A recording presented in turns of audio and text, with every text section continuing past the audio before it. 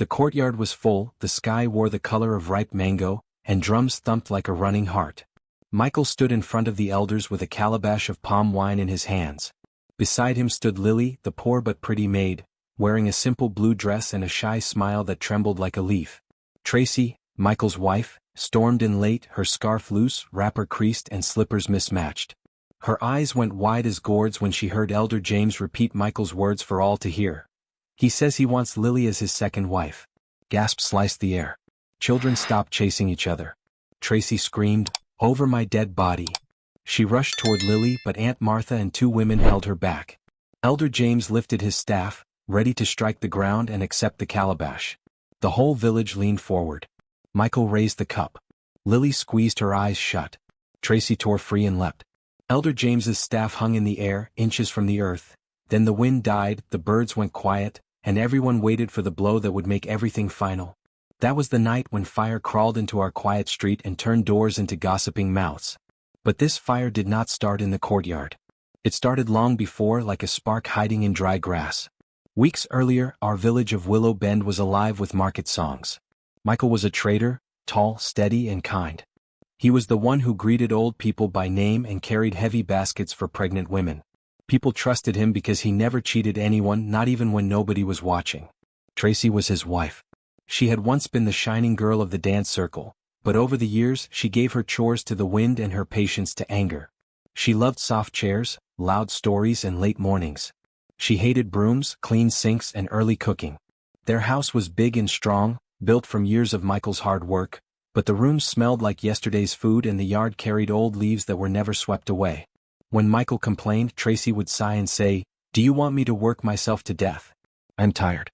I need help." So she decided to hire a maid. "Someone cheap," she added, "but not ugly. I don't want an ugly face in my house."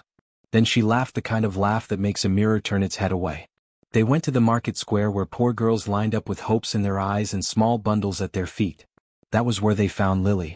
Lily stood a little apart from the others, her hands folded, chin up, eyes clear. She wore a faded green dress that had been washed so many times it remembered all the rivers it had met. Her hair was neatly braided back. She smelled like soap and rain. When Tracy asked her name, she spoke in a small but steady voice. "I'm Lily," she said. "I can cook. I can sweep. I can wash. I can care for old people. I can sing babies to sleep." Her smile made even the sour oranges look sweet. "Where are your parents?" Michael asked. "My mother is gone," Lily said. "My father is sick in our room by the river. He coughs at night. I work to buy medicine." Her words did not look for pity. They stood straight like soldiers. Tracy shrugged. "She is cheap. We'll take her." They brought Lily home, and the house felt different the first hour she stepped in. She opened all the windows and let the day breathe. She washed the plates until they shone like small moons. She tied her scarf and scrubbed the floor on her knees, humming a tune that sounded like water over stones. She cooked a pot of okra soup with a little fish and a lot of love, and it tasted like good news. Michael noticed everything. He noticed how Lily folded the sheets. He noticed how she kept quiet when Tracy threw harsh words like stones. He noticed how Lily's kindness was not loud, and her beauty was not proud. He noticed how his own heart slowed down when he came home because the house was peaceful. Tracy noticed something else. She noticed Michael smiling more at breakfast. She noticed the way the neighbors started greeting, "Your house smells nice." She noticed that the old women who used to frown at her now nodded at Lily when they passed by the gate. Tracy's pride did not like this. Pride, like a puffed-up frog, thinks the river belongs to it when it only borrowed the water. One morning, Tracy yawned on the sofa while Lily swept the back veranda. "You missed a spot," Tracy said without looking. Lily turned and swept again. "You moved too slow," Tracy added, even though the broom moved quick. Michael wanted to speak, but he remembered that anger calls anger, and he kept quiet. Later, he took a small basket of fruit to Lily. "Thank you for all your work," he said. "Eat this after lunch. Gratitude does not make noise, but it leaves footprints in the heart." Lily saved most of her small money. Every week, she slipped away during her rest hour to the clinic by the river and bought medicine for her father. Once, Michael saw her walking under the sun, carrying a brown paper bag close to her chest. He followed without letting her see him, just to be sure she was safe. He watched her enter a tiny room where an old man lay on a mat. She knelt, wiped his face with a damp cloth, and fed him porridge, humming that same river song. The old man called her my star. Michael stood in the doorway shadow and felt his heart grow warm and heavy at the same time. He did not say a word to anyone about what he saw. Days passed, and Tracy's laziness grew like a weed that drank all the water. She started sleeping till noon and arguing with flies that came near her breakfast. She wore the same wrapper for 3 days, telling anyone who dared ask that fashion is a matter of confidence, not cleanliness. She held small parties in the afternoon where gossip was the main dish and laughter had no kindness in it. When Lily brought drinks, Tracy snapped her fingers for more ice, more sugar, more of everything. When the guests left, Lily picked up cups and wiped spills. One evening, Michael returned late from the market, tired and dusty, and found Lily in the yard washing clothes. She greeted him with a soft, "Welcome, sir," and offered water to wash his hands. Tracy shouted from inside, "Food is in the pot if you want. I'm too tired to eat." Michael ate alone at the table. Lily stayed out of sight because respect is not about hiding, it is about giving space. After the meal, Michael went to the yard and said, "Thank you for keeping this home standing." Lily looked down and said, "A home stands when the people inside it show each other mercy." Michael felt those words ring inside him. Mercy became the small light that kept the darkness of the house from swallowing everything. But jealousy is a wind that looks for that light to blow it out. The next market day, Tracy bought a gold-colored necklace, bright, loud, and heavy, the kind that announces itself before the person wearing it enters the room. She wore it to show off in front of the other women and praised herself so much that even the necklace must have blushed. That night, she left it on the dresser and slept like a stone. In the morning, the necklace was gone. "Lily!" Tracy's scream broke the morning like a plate. "Where is my necklace?" Lily hurried in, drying her hands on her apron. "I have not seen it, ma'am. I only cleaned the table and swept the floor." "Liar!" Tracy shouted. "You think your pretty face can hide a thief's fingers? You saw me wear it last night. Now it is gone. You took it." Michael came running from the yard. "What is happening?" "She stole my necklace," Tracy said, pointing at Lily like a spear. "Search her things. Search her room. Search her pockets." Lily's eyes filled with water, but the water did not fall. "Sir, I did not take it," she said to Michael, her voice shaking. "I swear on my mother's grave and on my father's cough." Michael looked at the dresser. He looked at Tracy's wild eyes. He looked at Lily's steady tears. He said gently, "We will search. But no one will shout in this house." Tracy stomped to Lily's small room. She opened Lily's trunk and dug through the folded dresses and the little cloth purse. She pulled out a brown paper bag with clinic stamps. Medicine clinked inside. "What is this?" she demanded. "Medicine for my father," Lily said, cheeks burning. "I buy it with my wages." Tracy sniffed, tossed the bag aside and kept searching. Nothing. No necklace. She searched the kitchen. Nothing. She searched under the bed. Nothing. She searched the yard, the wash lines, the water pot. Nothing. Then she turned slowly, eyes narrow as needle holes, and said, "If it's not here, it must be hidden where I cannot look. We will call the elders. They will strip truth from lies." Michael's heart thumped. "Tracy, let us not shame the girl. We can look again." "She must be taught a lesson," Tracy snapped. "If she can clean our plates, she can also clean her hands of stealing." News walks on long legs. By afternoon, people were whispering at the gate. "Did you hear? The maid stole a necklace. Pretty face, pretty lies. I always said, cheap workers carry expensive trouble." Lily stood in the corner of the yard, hands together, mouth set like a closed door. She did not cry where people could see. She looked small, but she stood straight. Michael went to her and said, "Do not fear. Truth is stubborn. It will not lie down forever." Lily nodded once. "Thank you, sir." On the third day, Elder James sent a message, "Bring the maid, the husband, and the wife to the square at sunset. We will settle this matter." Tracy dressed in a bright dress and tied her scarf tight as if ready for war. "Today," she whispered, "we will end this snake." Lily wore her neat blue dress, the same one she would later wear at the courtyard. She packed her trunk as if the truth had no choice but to walk beside her. Michael walked between them, eyes heavy but steps strong. The sun fell to the line of trees, and the shadows stretched like long fingers pointing to the square. The elders sat on carved stools under the big tree that kept stories in its leaves. Aunt Martha and some women were there too, and the cluster of neighbors who always appear when drama calls their names. Children sat on the ground rolling pebbles between their palms. Elder James lifted his staff. "We will hear both sides," he said. Tracy spoke first, voice thick with sugar and pepper. "We brought this girl from the market because she said she could work," she began. "She came into my home, smiled at my husband, smiled at the neighbors, smiled at the mirrors, and stole my gold necklace." Gasps fluttered.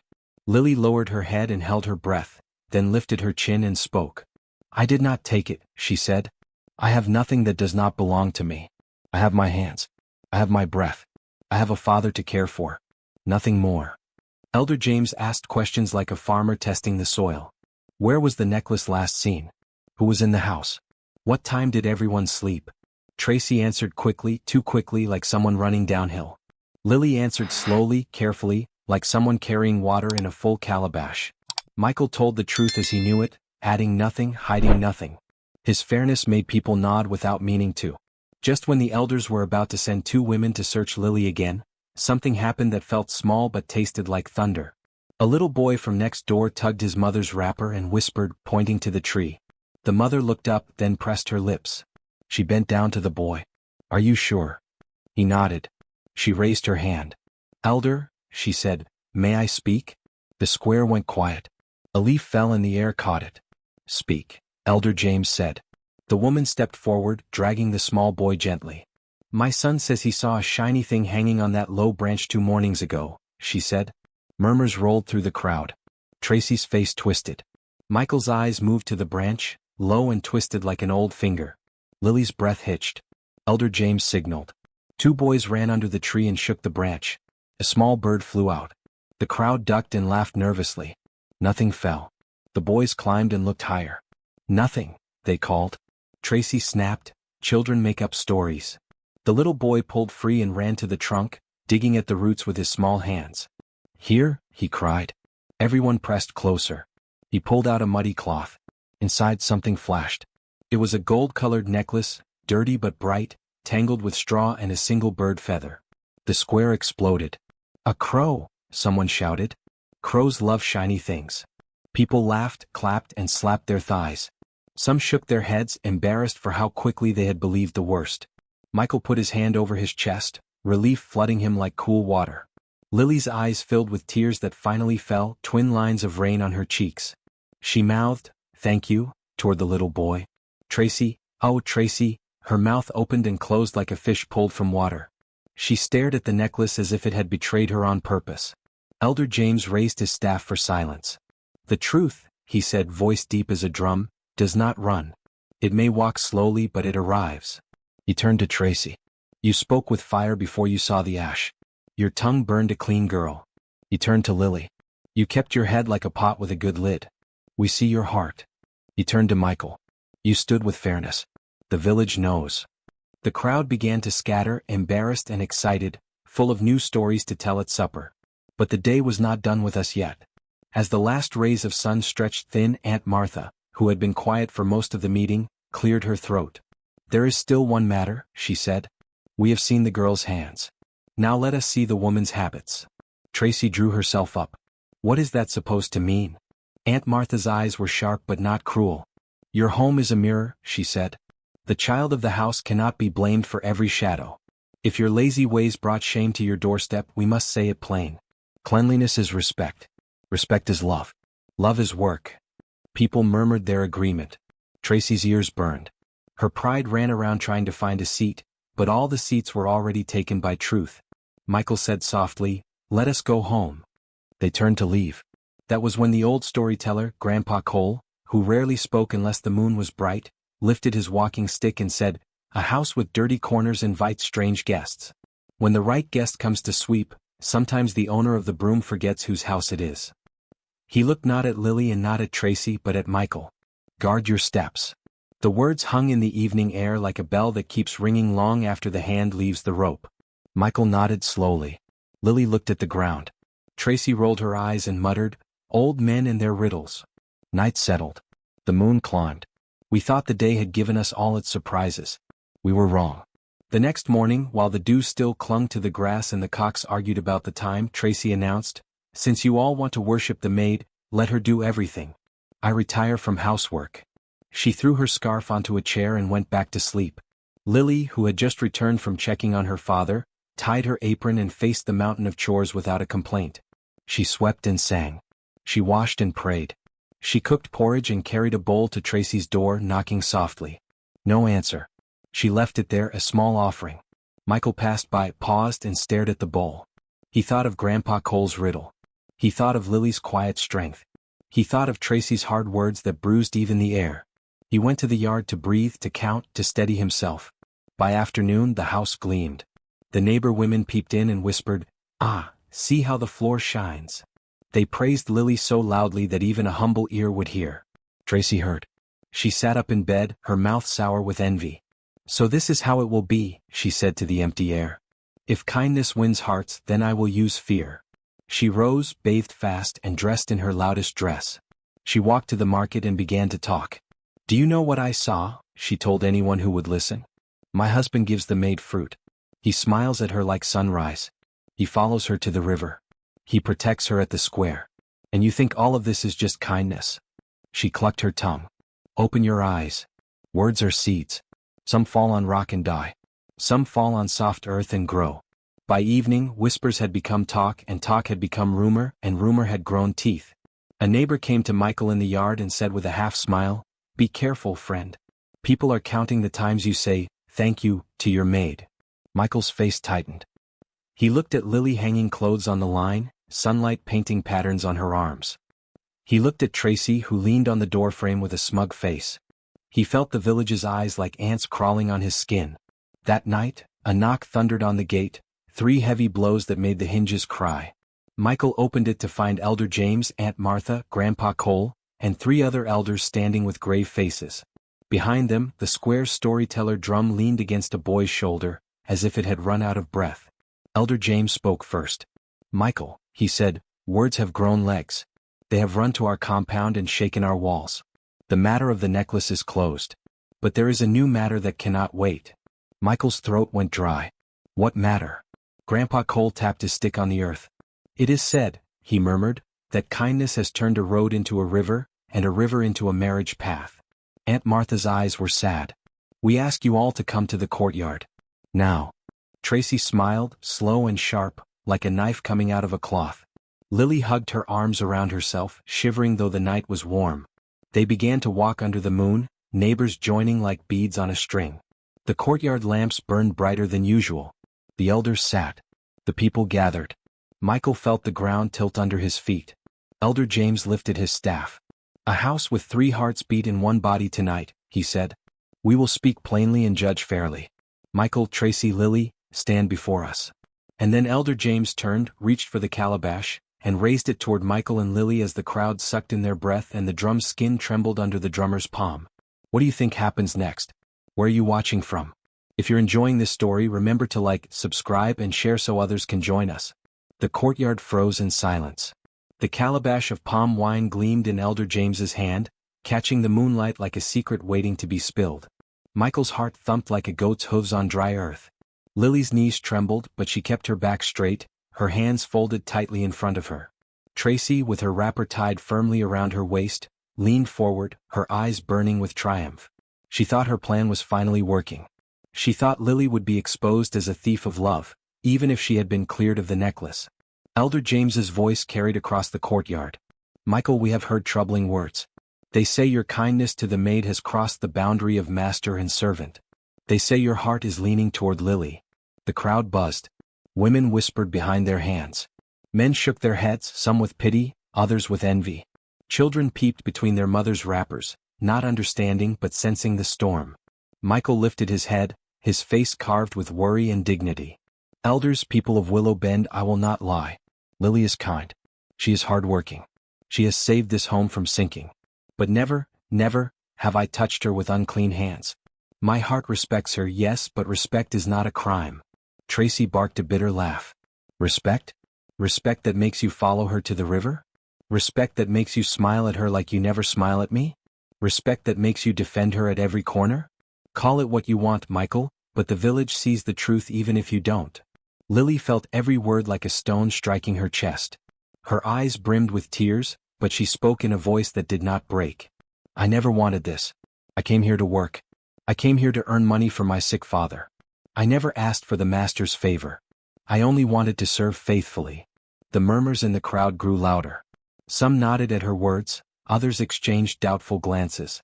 Rumors have a way of sounding sweeter to the ear than truth, and many were already drunk on them. Aunt Martha, her face tight with disapproval, spoke next. "Tracy, your words are heavy. But your own hands are not clean. Everyone knows you leave your house in disorder, that you choose laziness over duty, gossip over care. Should we blame Lily for doing the work you abandoned? Should we shame her for kindness when you offered none?" The crowd gasped. Tracy's mouth fell open. She had not expected to be called out so plainly. Her pride cracked, but she covered it with more anger. "So now it's me against everyone? Let them marry her then. Let's see how long she will carry this house on her weak back." The elders fell into murmurs. Elder James tapped his staff on the ground 3 times, and the courtyard quieted again. "This matter cannot be solved by shouts. We will seek wisdom. But hear me, people of Willow Bend, the truth is not always what the mouth speaks. Sometimes it is what the heart hides." Michael felt sweat on his back. Lily bowed her head. Tracy folded her arms, hissing under her breath. Then Grandpa Cole, the old storyteller, rose slowly from his stool. His voice was low, but it carried through the night like a drumbeat. "A house that is not swept will invite another hand to sweep it. When that hand is gentle, the house may forget who owns the broom.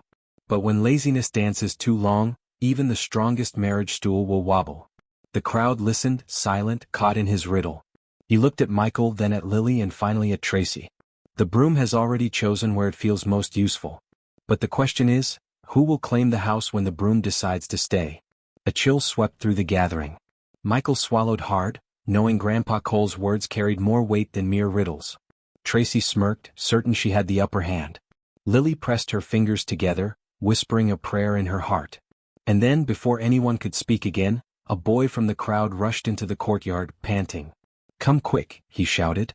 "Lily's father, he has collapsed by the riverbank." The square erupted. Lily screamed and tore off her scarf, running barefoot into the night. Michael sprinted after her. The elders exchanged grave looks, and even Tracy was left blinking, her moment of triumph swallowed by the sudden turn of fate. The crowd scattered, some following Lily, others whispering in shock. The elders rose slowly from their stools, knowing this story had taken a path no one could control. By the time Michael reached the riverbank, Lily was kneeling on the ground, cradling her father's weak body, tears running freely down her cheeks. "Papa, please stay with me. Please don't leave me yet." Michael knelt beside her, his hands steady though his voice trembled. "We'll carry him to the healer. He will be fine." But as the old man's eyes fluttered open and fixed on Michael, his lips moved, whispering words that only the night seemed to understand. Michael leaned closer, and his heart nearly stopped at what he heard. The old man whispered, "Take care of her, she is your blessing."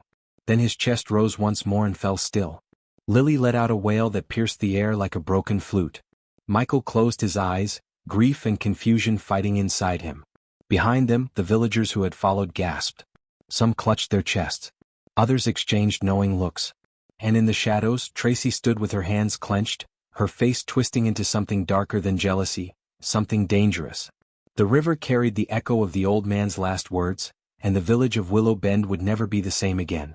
What do you think will happen next? Where are you watching from? Don't forget to like, share, and subscribe so you don't miss.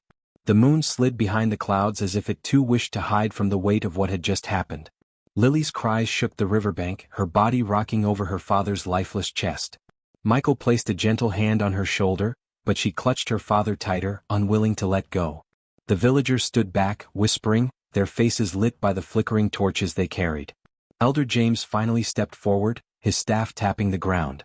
"Let us carry him to the healer's hut for washing and burial rites. A soul has traveled tonight." 2 young men stepped forward to lift the old man, but Lily cried out, "No. Please, not yet." Her voice cracked. "Papa, he wanted to see me married. He wanted to know I was safe before he closed his eyes forever." Her words hit Michael's chest like stones. He remembered the old man's whisper, "Take care of her, she is your blessing." His heart pounded harder. Tracy, standing in the shadows, felt her stomach twist. For a moment, pity crossed her face, but it was quickly swallowed by bitterness. She muttered under her breath, "Blessing? A blessing that steals another woman's home." The body was finally lifted and carried away with care. Lily followed behind like a shadow, her tears falling silently, her blue dress clinging to her in the night breeze. Michael walked beside her, his hand hovering as though he wished to hold hers, but restraint kept him back. The villagers dispersed slowly, gossip already flowing like water spilling down the hills. Some whispered, "The old man blessed Michael and Lily before dying." Others said, "Perhaps the spirits want them together." The story grew longer with every tongue, spreading like fire among dry leaves. By morning the entire village knew. At dawn, Lily sat by the small hut where her father's body had been laid out. She had washed his face and covered him with a white cloth. She sang a soft song, the one her mother used to sing when she was a child, her voice trembling like a bird with broken wings. Michael entered quietly, carrying a basket of food. "You need to eat something," he said softly. Lily shook her head, her eyes swollen from crying. "I have no strength," she whispered. Michael knelt beside her. "Then eat for your father's sake. He wanted you strong. He wanted you safe." Her lips trembled. "Safe? Where will I be safe now? I have no mother. No father. And now the whole village looks at me like I stole what was never mine." Michael's hand hovered over hers but did not touch. "You did nothing wrong, Lily. Don't let their words poison you. You have honor." Lily closed her eyes, tears slipping down again. "Honor does not cook food. Honor does not pay for burial rites." Michael took a deep breath and stood. "I will cover the cost. The coffin, the rites, everything. Your father will be buried with dignity." Lily gasped, looking up at him. "No, sir. I can't let you spend so much. People will talk even more." "They already talk," Michael said, his eyes steady. "Let them. I am doing what is right, not what is easy." At that moment Aunt Martha entered. She had overheard enough. Her face softened as she looked at Lily. "Child, do not refuse help when it comes from a clean heart. Your father deserves rest and you deserve peace. Accept it." Lily bowed her head. "Thank you," she whispered. But outside the hut, Tracy stood listening, her fists clenched at her sides. Rage boiled in her veins. "So this is how it begins," she hissed. "First the maid, then the pity, then the village's sympathy. And soon she will take what is mine." The burial took place 2 days later. The villagers gathered under the old Irako tree near the river. The air smelled of incense and fresh earth. Songs of mourning rose and fell, and women wailed as the coffin was lowered. Lily knelt, her forehead touching the soil, whispering her last goodbyes. Michael stood close, his eyes wet though he tried to hide it. When the ceremony ended, Elder James lifted his staff once again. "This girl is now alone in the world. But she is not without honor. Who will stand for her now?"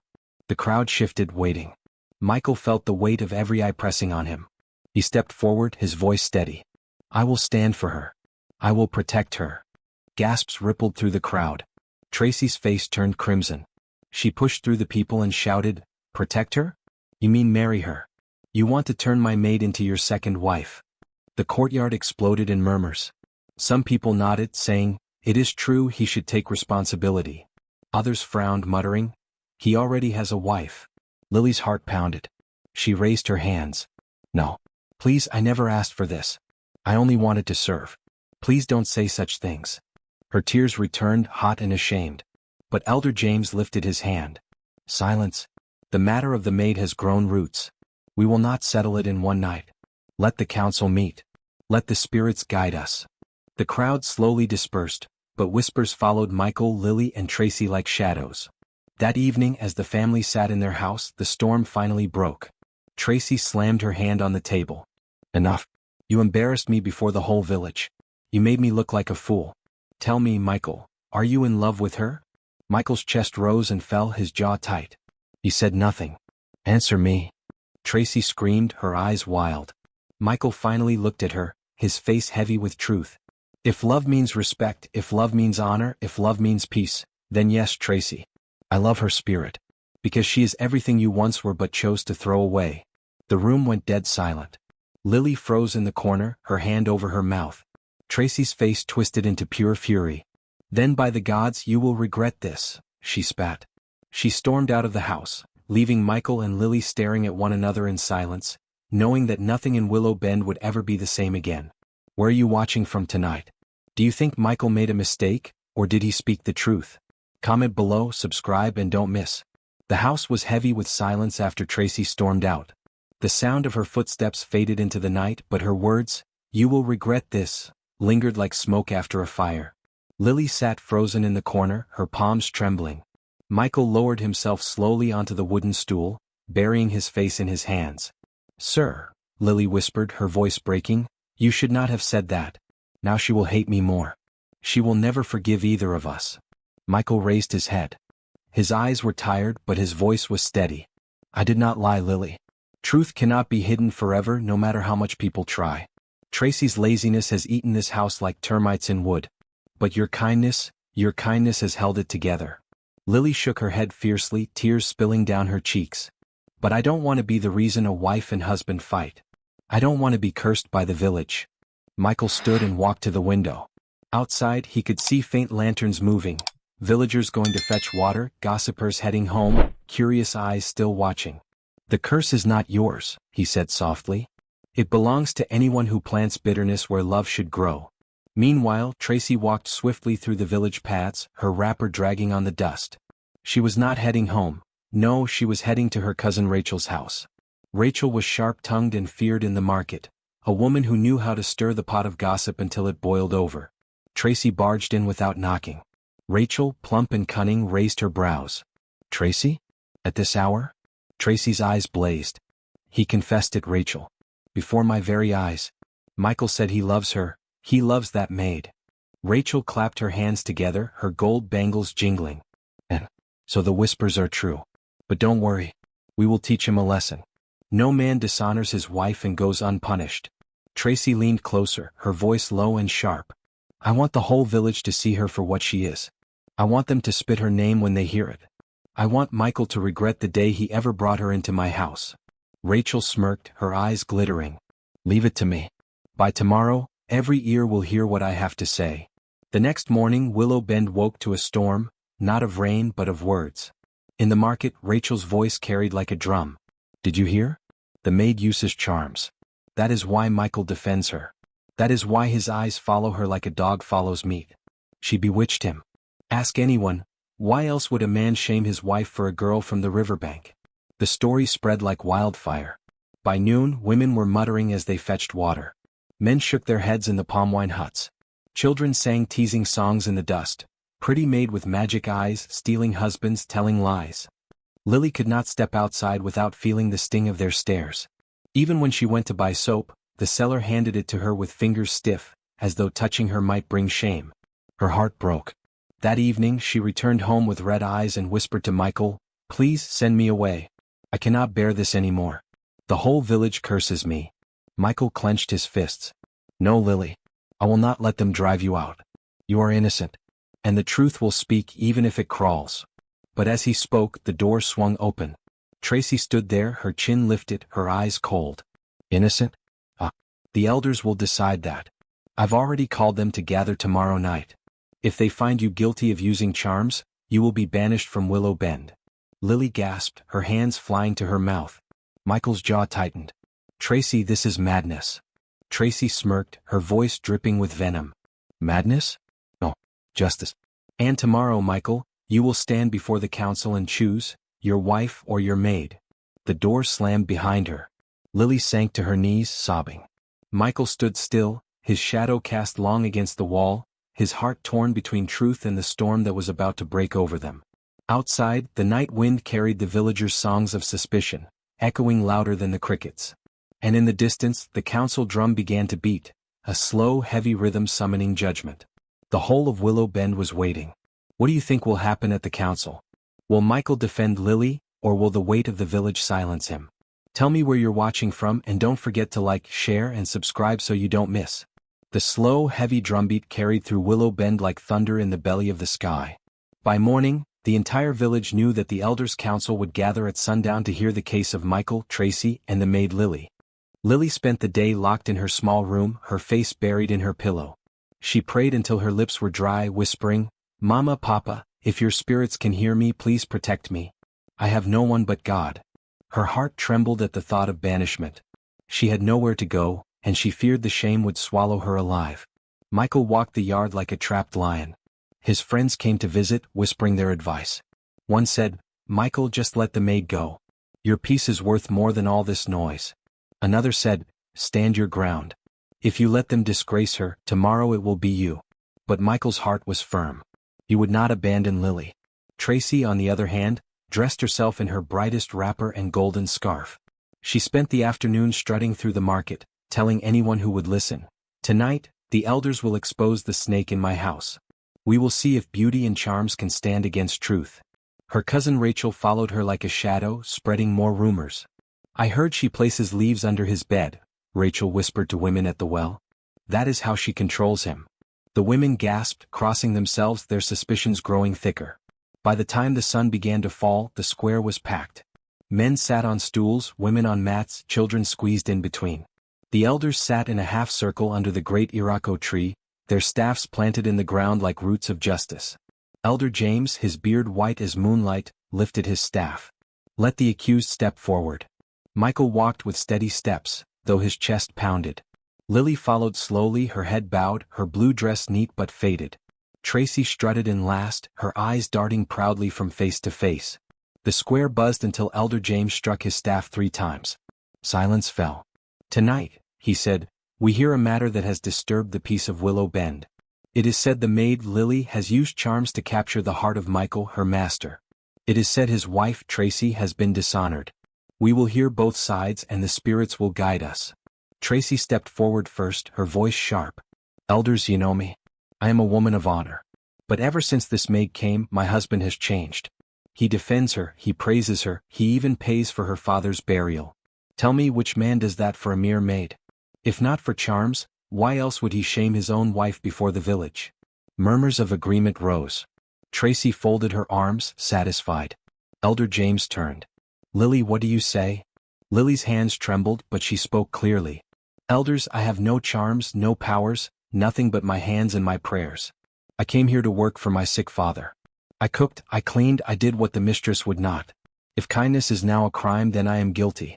But I swear on my parents' graves, I have bewitched no one." Her words stirred some hearts, but others shook their heads, blinded by gossip. Finally Michael stepped forward. His tall frame towered and his voice rang firm.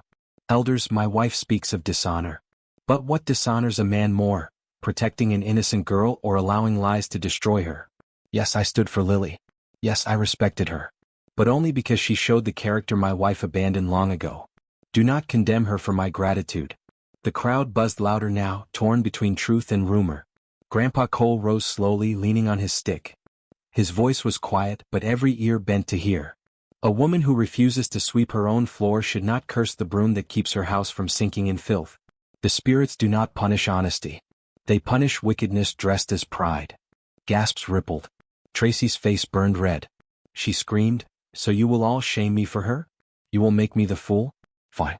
Then let her be your wife, Michael. Let her take my place." The crowd erupted.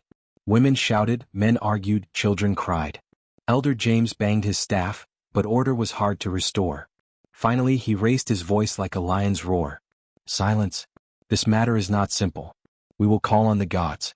Tomorrow at dawn, Lily will prove her innocence with the test of purity. If she fails, she leaves Willow Bend forever. If she passes, let no one ever accuse her again." The words fell heavy as stones. Lily gasped. Michael's fists clenched. Tracy smirked in triumph, certain Lily would fail. The villagers leaned forward, hungry for the drama the dawn would bring. That night Lily lay awake, staring at the ceiling. Michael sat in the next room, his heart heavy. Outside, Tracy hummed in satisfaction, believing her victory was near. But the spirits of Willow Bend were not done. Dawn was coming, and with it, the test that could change everything. Do you think Lily will survive the test of purity? Or will Tracy's plot succeed? Tell me where you're watching from, and don't forget to like, share, and subscribe so you don't miss. The dawn in Willow Bend came not with the song of birds, but with the pounding of drums. Boom, boom, boom. Each beat rolled across the village, summoning people to the square. It was the day of the test of purity, a ritual so old that even the oldest elders had never seen it fail. Lily rose from her mat with trembling knees. Her eyes were swollen from crying through the night, but her spirit whispered, "Stand tall, child." She washed her face, plaited her hair neatly, and wore her blue dress, the same one she had worn when she first entered Michael's house. "Let them see me as I came," she murmured. Michael waited outside, pacing like a restless lion. When Lily stepped out, he whispered, "Don't be afraid. The truth will walk with you." Lily gave a weak smile. "Truth walks slowly, Michael. I just pray it doesn't fall behind." Together they made their way to the square. Tracy was already there, wrapped in a red and gold cloth, her chin raised high. Rachel stood beside her, grinning, waiting to enjoy the spectacle.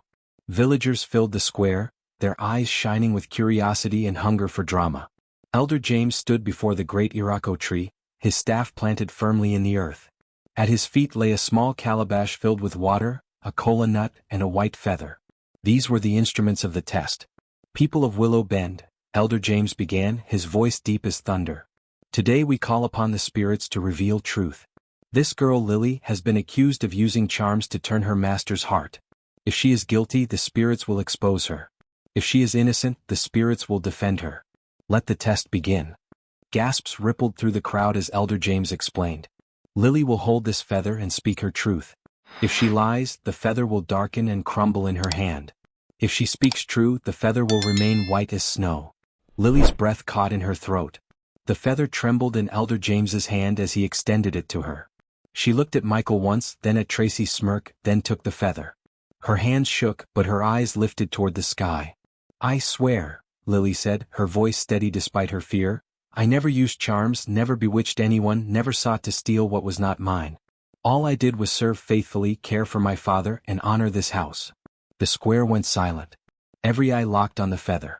For a long moment, it quivered in her hand. Then slowly, like dawn breaking, it glowed whiter, purer, brighter, until even the harshest tongues in the crowd gasped. She speaks the truth, Elder James declared. The spirits have spoken. The square erupted. Some clapped, others shouted in amazement. Women covered their mouths, ashamed of their gossip.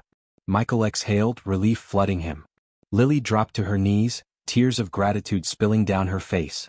But Tracy's smirk twisted into rage. She leapt to her feet, shouting, Lies? This is all lies. The spirits have been tricked. Gasps followed. To question the spirits was dangerous. Aunt Martha rose, her eyes blazing. Tracy, enough. You shame yourself. You shame this village. Look around, can you not see? The girl is innocent, and yet your bitterness blinds you. Tracy shook her head wildly. No. If the spirits won't punish her, then I will. Before anyone could move, she lunged at Lily, snatching the glowing feather from her hand. She crushed it in her fist. A cry tore through the square. The feather, once white, turned black as ash in Tracy's palm, leaving her hand stained. The crowd gasped and pulled back. Elder James's voice boomed like thunder. The spirits have judged. It is not Lily who is guilty, it is you, Tracy. The square fell into chaos. Some shouted, Witchcraft. She is the one cursed. Others covered their eyes in fear. Michael stood frozen, staring at his wife, his heart breaking. Tracy's face twisted in shock. She looked at her hand, blackened with shame, and screamed, No! This cannot be. Lily, still on her knees, covered her face with trembling hands. The villagers pressed closer, whispering louder. And then Elder James lifted his staff. By the law of Willow Bend, Tracy must answer for her deeds.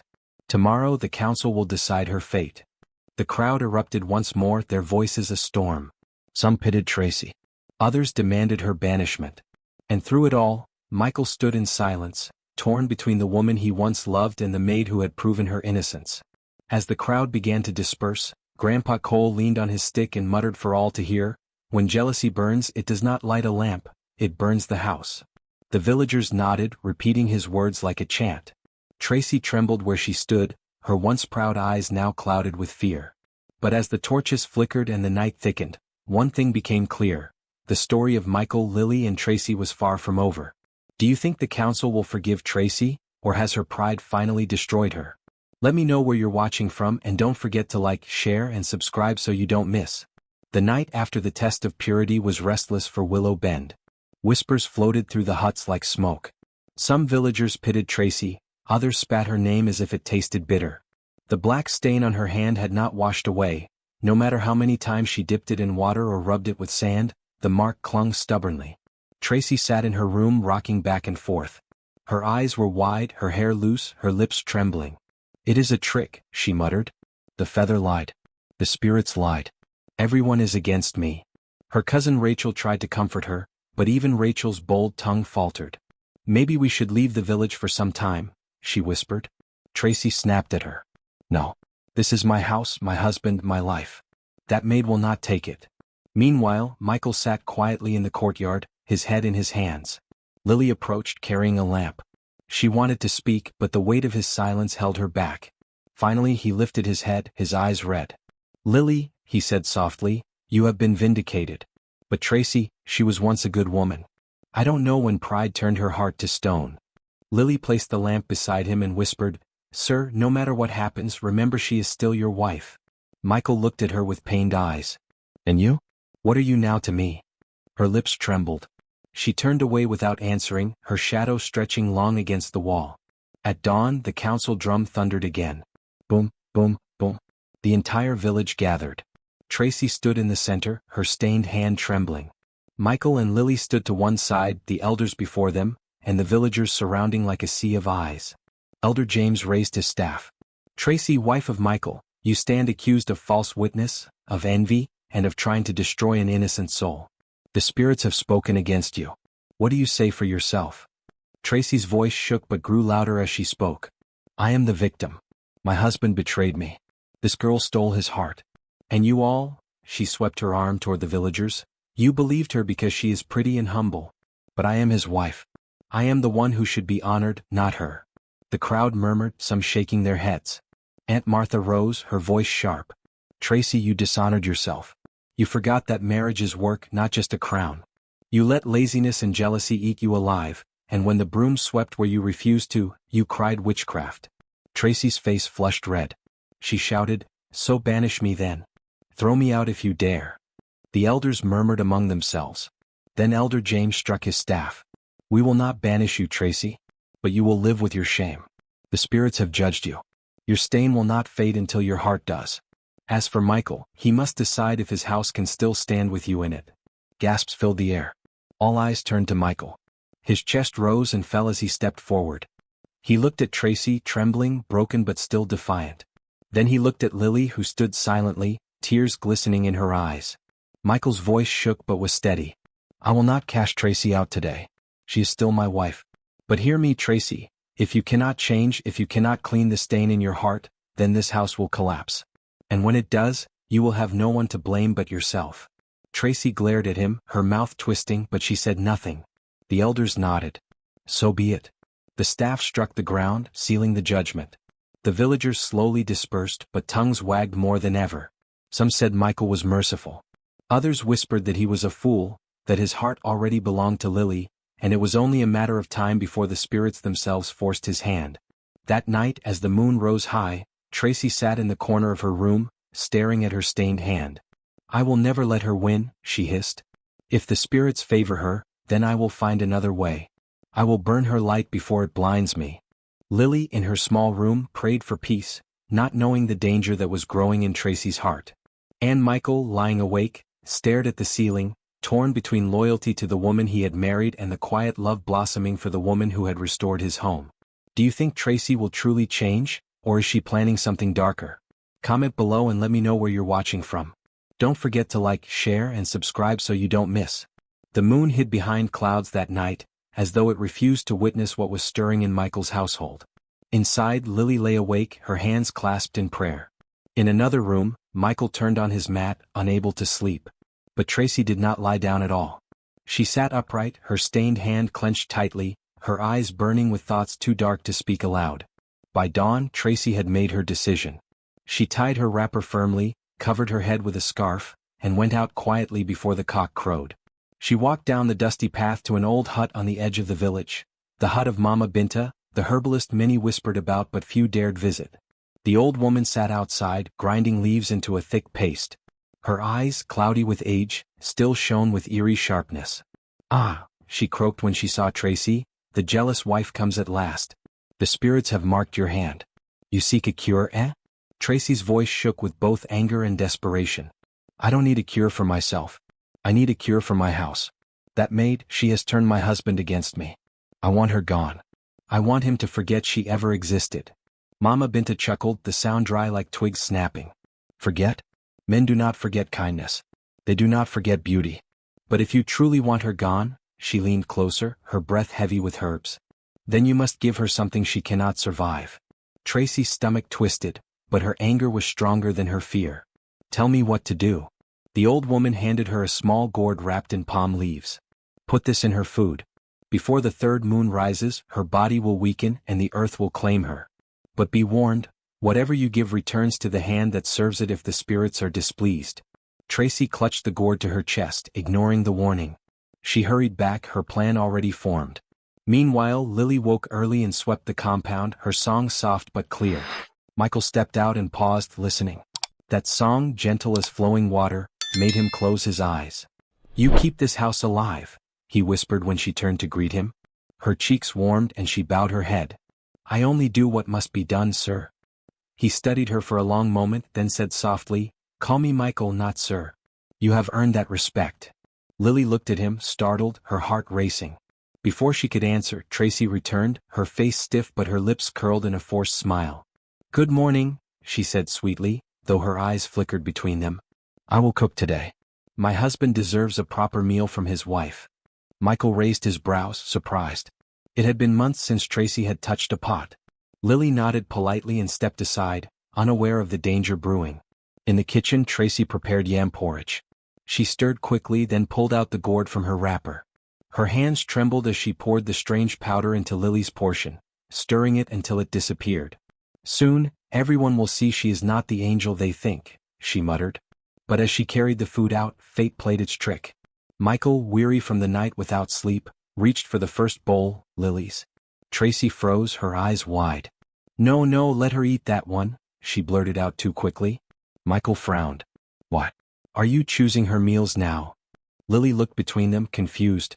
"It's all the same food, isn't it? Let him eat."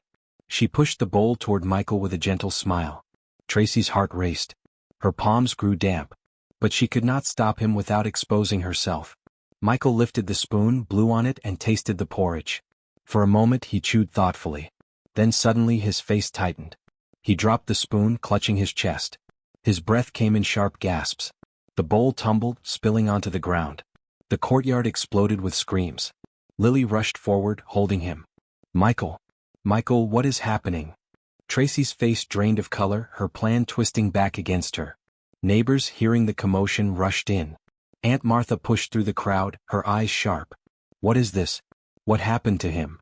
Michael struggled to breathe, pointing weakly toward the pot in the kitchen. Lily's eyes widened. She darted inside, scooped a bit of porridge and sniffed it. Her face paled. "This food, it is poisoned." The crowd gasped. Their eyes turned to Tracy. The black stain on her hand seemed to glow darker.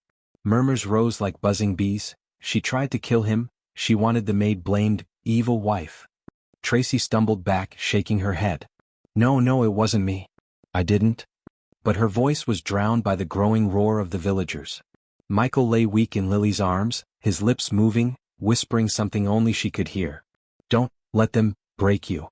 And then his body went limp. The house was quiet, but beneath the silence, storms were gathering. The courtyard erupted in chaos. Women wailed. Men shouted. Children clung to their mothers' wrappers. And Tracy? She fell to her knees, her stained hand trembling, her plan destroyed by the very spirits she had mocked. What will become of Michael? Will the elders show mercy, or will Tracy face her final judgment? Tell me where you're watching from and don't forget to like, share and subscribe so you don't miss. The wailing in Willow Bend carried far into the hills. Men ran for the healer, women fanned Michael with cloths, and children peered through the fence with wide, fearful eyes. Lily knelt on the ground, clutching Michael's head to her chest, rocking him gently. "Stay with me, Michael, please stay." Her tears fell onto his face like rain on dry earth. Within moments, the healer, old Dr. Emmanuel, shuffled into the courtyard with his bag of herbs. His gray hair stuck out in tufts, and his eyes were sharp as eagle claws. He pushed through the crowd. "Make space. Let me see him." He knelt beside Lily and pressed his ear to Michael's chest. Then he opened his bag, mixed leaves with water, and forced the bitter liquid down Michael's throat. The crowd held its breath. For a moment nothing happened. Then Michael coughed violently, his body jerking. Foam spilled from his lips as the poison fought to hold on. Finally he gasped, sucking in a deep breath. His chest rose and fell. His eyes fluttered open. "He lives," the healer declared. A cheer broke out, but it quickly turned to murmurs of anger. Every eye swung toward Tracy, who stood frozen, her stained hand trembling at her side. Aunt Martha's voice cut through the air like a blade. "Tracy, what have you done?" Tracy's lips quivered. I only cooked food. I did nothing wrong." "Lies?" a man shouted. We all saw her snatch the bowl back. She knew which one was poisoned. Rachel, who had been hiding behind the crowd, tried to step forward, but fear chained her feet. Elder James arrived just then, his staff striking the ground hard. "Silence," he roared. The crowd obeyed. His eyes swept over Michael, then Lily, and finally Tracy. "The spirits warned you, Tracy. You carried jealousy in your heart, and now it has led you to murder your own husband." "No," Tracy screamed, falling to her knees. "I didn't mean for him to eat it. Was meant for her. For the maid." The square gasped as one. Lily's heart froze. Michael, still weak, lifted his head with effort. His voice was hoarse, but his words carried. "So it is true, you meant to kill Lily." Tracy's eyes darted wildly. "She bewitched you, Michael. Can't you see? She stole your heart, your smile, your peace. I only wanted my husband back." Grandpa Cole rose slowly from where he had been sitting, his walking stick tapping the ground. His voice was deep, steady, carrying the weight of generations. "Tracy, listen well. A woman who lets laziness eat her pride will always look for someone to blame. You called the broom evil because it swept where you refused to bend. But now your own bitterness has swept you into shame." The villagers murmured, nodding. Some spat in the dust to cast away her evil. Others shook their heads in pity. Elder James turned to the crowd. "What is the will of Willow Bend?" "Banish her," some shouted. "Let her carry her shame out of our gates." "No," others said. "She must face punishment here. Let her live with the stain." Michael, still lying in Lily's arms, lifted his weak hand. "Do not banish her," he whispered. The crowd fell silent. "Let her stay. But let all see her for who she is. A wife who tried to kill, and failed." Tracy collapsed, wailing. Her voice cracked like dry wood. "Michael, forgive me. Please forgive me." But her tears were not of repentance, they were of fear. Lily bowed her head, tears falling silently, torn between compassion and horror. She whispered to Michael, "You saved me by accident, and still you protect her." Michael closed his eyes, his strength failing. "Not for her," he murmured, "but for peace. A house broken by anger can never heal if more anger is thrown upon it." The healer and some men carried Michael inside to rest.